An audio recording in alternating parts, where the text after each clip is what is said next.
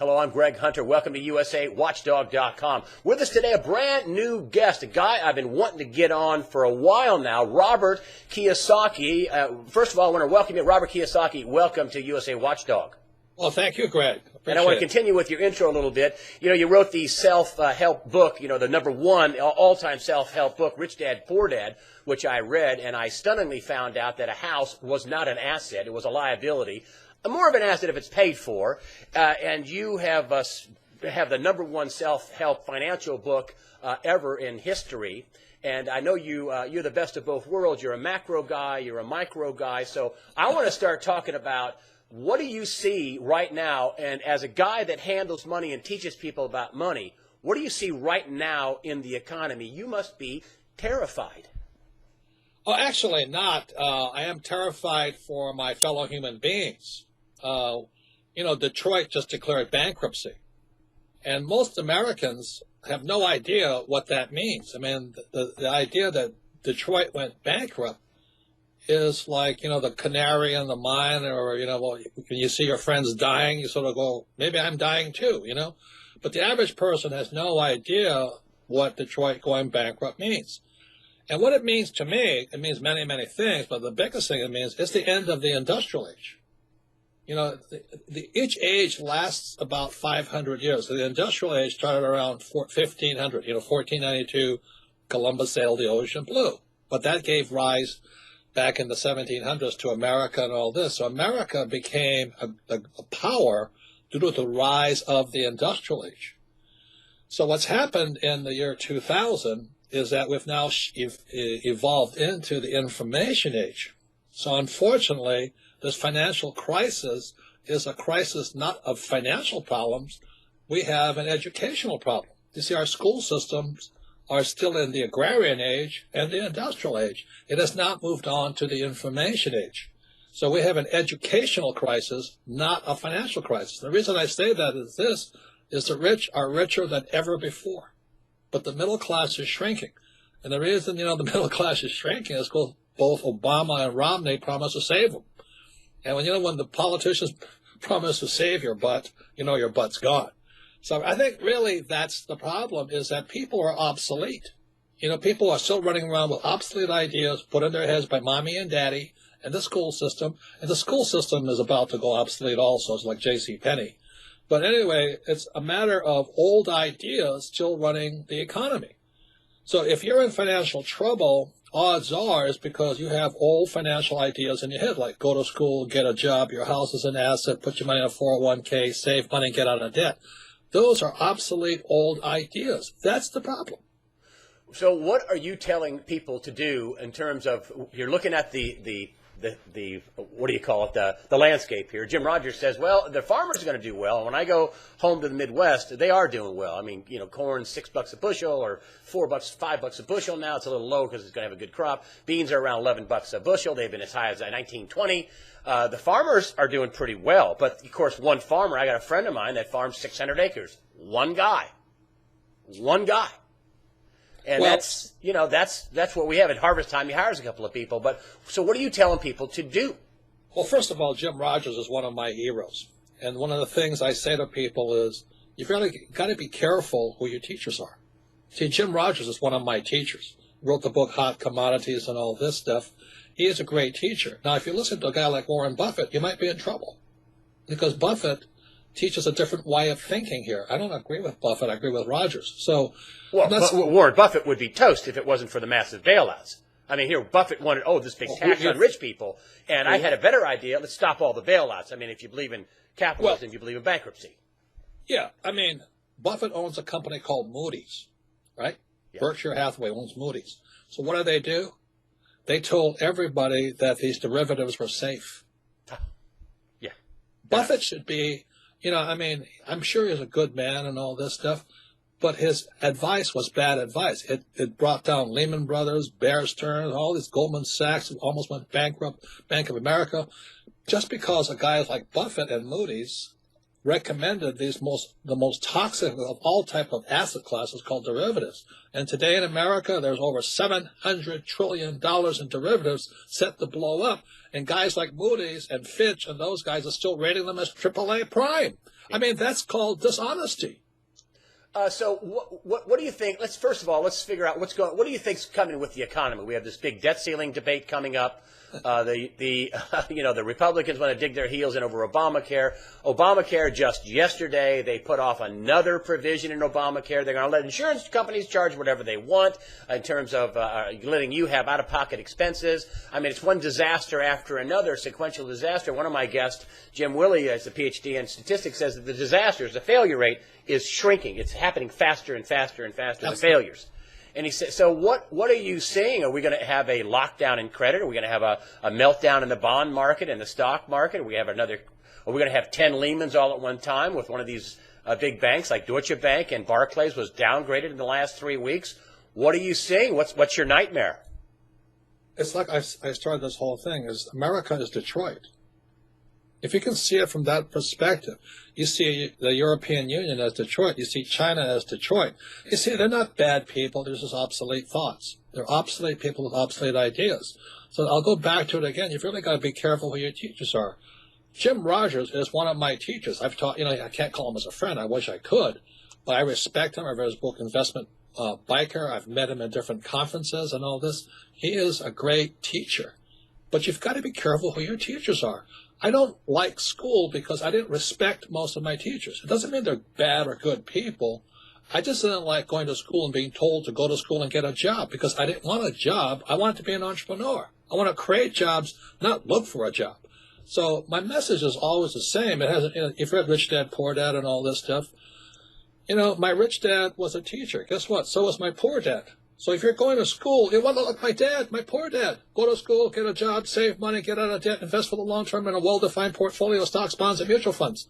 And your house is an asset. That's poor education. And I'm saying again, this financial crisis is a crisis of education, nothing else. The rich are richer than ever before. But doesn't it seem strange to you that there's more money in the world today than ever before, but poverty is increasing? Doesn't that sound strange to you? Yes. It's strange to me. I mean, I'm not any Donald Trump, who's my friend of mine, or Warren Buffett, but I've made more money in the last 6 weeks than I made it all my life because people are begging me to take the money. And yet you have people like the guys working for McDonald's and the fast food guys going on strike for $15 an hour. I feel for those guys. And yet we still say to our kids, go to school so you can get a job. That's an obsolete idea. It's totally obsolete. Detroit is bankrupt on that idea. Oh, so what do you see? Do you see some sort of a dollar meltdown, a stock meltdown? If the obsolete ideas are there and they're ingrained in America, and America is Detroit, are we going to have a massive reset, a massive default of the bond market, of cities, a massive reset of the dollar and its value? What are you seeing? I'm saying... What do you see for the future for the economy? I'm going to get richer. So what are you investing then? What are you investing in? It doesn't make any difference which way the economy goes if you have a financial education. You see, if you understand, people are stock guys, which I'm not, they say the bull goes up by the stairs, the bear goes out the window. So that means it takes a long time for the market to go up, but when it crashes, it goes down really fast. So right now, guys like me are sitting on the side waiting for the crash because we're going to get richer. I made more money in 2007, 2008, 2009 when it crashed. My point of view is you're asking me questions that I don't really care about. I don't care if it goes up or down. I do care about the people who will be wiped out. And I cannot save the people who are going to be wiped out as long as they think their house is an asset, go to school to get a job, save money, get out of debt, and invest in a 401k run by guys like Buffett. You've got to be crazy. I will listen to Jim Rogers. When I was at the networks in 2000, 2002, 2003, your book had come out. It's it's millions and millions of copies, Rich Dad, Poor Dad. 1997 it came out. Okay, 97. Well, I was a correspondent in 2000, and you were telling my friends, I didn't know you then, that they said, hey, you know what Robert Kiyosaki said? Buy gold. And gold, people were like, buy gold, but the stock market's going to go back up 2002, 2003. Obviously, you bought gold. And even with the pullback, it's still $1,300 an ounce, gold is. Where do you think gold and things like gold and silver are going? Well, let me tell you my philosophy. It's not what I think about gold and silver. My philosophy is this. If you trust Obama or the Republicans or the Democrats, then you don't need to buy gold. But I don't trust them. See, not that they're bad people. Here's what I'm saying. They're all doing the best they can. But I don't trust Bernanke. Not that he's not a good man or bad. I don't trust the financial systems. I don't trust our political leaders and all this, but I do trust gold. So it's not in God we trust, in gold I trust. So it's kind of why do I own gold is because I think our politicians or leaders are functionally incompetent because it goes back to what I'm saying again. They're still operating on industrial age ideas. They're not bad people. Some of them are, but they're not bad people. They're just obsolete. Do you think that we're going to have one of these opportunities for you to invest in the stock market? You know, I'm coming back at you again on this. Do you think we're going to have one of these opportunities to invest in the stock market, a crash in the next year or so? Some people say it could crash as early as October. I'm hearing rumors, and I don't time markets. I'm not Kramer. Yeah. I don't tell people to buy now and sell later. But what I'm hearing from multiple sources, some inside the military, some at a big Wall Street bank, and other traders, friends of mine, they're saying we could happen as early as October, that the system is top-heavy, that the dollar's in trouble, that the QE is coming to the end of its life and effectiveness, that they're talking about tapering. When do you think you're going to get another opportunity to get richer? Every day. I mean, I've been saying that same stuff, as you may know, since around 1980. And I've been very, people say I'm bearish. I'm not bullish or bearish. I'm both a bull and a bear, which means I'm realistic. So I'm not an optimist or a pessimist. I'm just a realist. All markets go up and all markets come down. I don't care if it's gold, copper, stock markets, bond markets, currency markets. They all go up and down. So to advise your clients to invest for the long term, you've got to be nuts when there's high frequency trading. When these guys are going in, in a minute, they might have 55,000 trades, and you're telling your clients invest for the long term. I mean, if you're listening to that idiot tell you about invest for the long term when people are trading at 50,000 trades per second, you're an idiot. You're a bloody idiot because you're listening to old advice, people who are salespeople, not rich people. Most brokers are called brokers because they're broker than you are. They're not rich people, they're salespeople. Then you have this guy Buffett who claims that, the rich should pay less in taxes. Meanwhile, he's running Moody's. I mean, I listened to that. Then you listen to this, when the shale oil was supposed to run from Canada to Texas, right? Yeah. Who stopped it was Buffett. The reason he stopped it is because he owns railroads and owns trucks. And we saw a giant, what do we see up there? It's more dangerous to take it by rail. You saw a giant oil spill on the tracks. You had a giant spill, and it's much more dangerous. All these environmentalists think, oh, it's safer to... No, it's more dangerous. Trucks, rails, every car is a chance for that thing to blow up. Yeah, so let me go back to... So back to your... You got to answer me this question. When do you think your next opportunity comes to invest? What are you looking at? Because you're on the sidelines. Oh, you got to hear what I'm saying. It's always a good time. There's opportunities popping up every split second. Now, if you can't see them, that's a problem. I'm right now, at my last investment, I'm making an 18% tax-free return. And can you tell me what that is? Oil.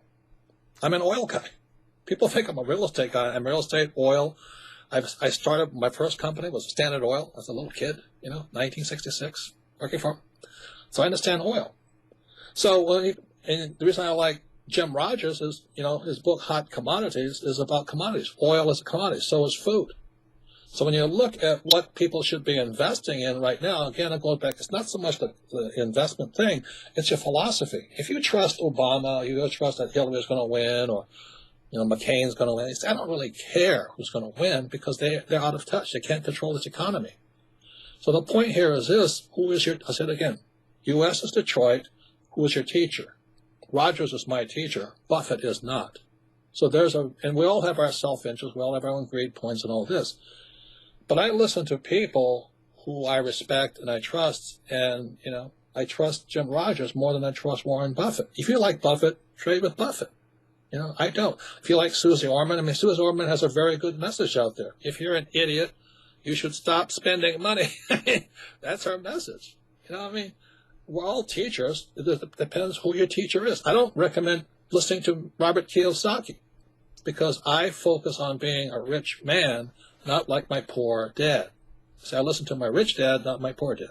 So You have the same choices. so you like oil. No. You like commodities. You like food. I'm just saying is you're trying to go to the stuff rather than look for who your teachers are. Okay. You should not. Don't invest in commodities if you don't like them. If you don't like the teacher, don't invest in them. You gotta, most people love baseball. I played baseball, but I like football more. So you should play football. You know what I mean? It's really that quite simple. Don't put anything more into it. You shouldn't invest in oil if you don't understand oil. If you don't understand real estate, don't invest in real estate. All I'm saying is, God, choose your teachers first. That's all I'm saying. So what should the little guy do right now? What would you be telling the little folks? And I have people all the time write me, what should I do to prepare for this coming? I know there's something wrong with the economy. I know things are bad. They're printing money like crazy. It's $85 billion a month in quantitative easing and money printing. How do I protect myself? And you also give micro advice. What would you tell somebody that's saying, that makes this $50,000-$60,000 a year, that doesn't have that much in savings? What should they do to protect themselves for what's coming down the road, or what's already here? I'm being as macro as I can with you, and you want me to go micro. All I'm saying is this: when Detroit went down, it meant the industrial age is over. It means the information age has begun. It also means our politicians, who the president and prime ministers are industrial age characters. So since I don't trust our industrial age leaders, i.e. Obama or Romney, at that point I invest in gold and silver, because it's not in God I trust, in gold I trust. So it has nothing to do with gold and silver. I just don't trust my politicians. So you've really got to be careful who your teachers are. Go back to it. I like Susie Orman. People think I don't like her. I said, look, when you call up Susie Orman and say, I want to buy a new boat, she says, have you got any more money? She goes, no. I says, well, just denied. Now, if you need somebody to scold you, then Susie is your girl. You know what I mean? So she's a good teacher if you need to be scolded. If you're a freaking idiot, you need to find a good teacher. I don't know how many times I've got to say that to you. So don't take my advice. I've been in gold and silver since I was a kid. I've been in real estate since I was a kid. Now, the reason I like Jim Rogers is because he and I both agree with each other. All right, Robert Kiyosaki, you gave us some nice words of wisdom about finding a good teacher. And, of course, you're with the Rich Dad Company. You wrote the Rich Dad, Poor Dad super duper bestseller. Thank you very much for coming on USAWatchdog.com. And I ask one more thing, is that the most important book I wrote is called Rich Dad's Prophecy. And I predicted in prophecy that the market would come down in 2016. And at the time I wrote that was in 1999 when I was buying gold and silver. When the gold and silver were really cheap. But I wrote the market would come down. It's called Rich Dad's Prophecy. 2016 is the date. Now, when I wrote it, I was kind of BSing people. I was kind of guessing. But unfortunately, here we are in 2013. I think I might be right on the money. So that's the most important thing. I'll tell you when I'm BSing you. And I was BSing when I called 2016. Unfortunately, I might be correct. If I'm correct, I'm going to make even more money, because it doesn't make a difference if markets are going up or down. And that's what I want you listeners to take away with it. It doesn't make any difference. Thank you. Thank you, Robert Kiyosaki. Thanks for coming on USAWatchdog.com. Thank you.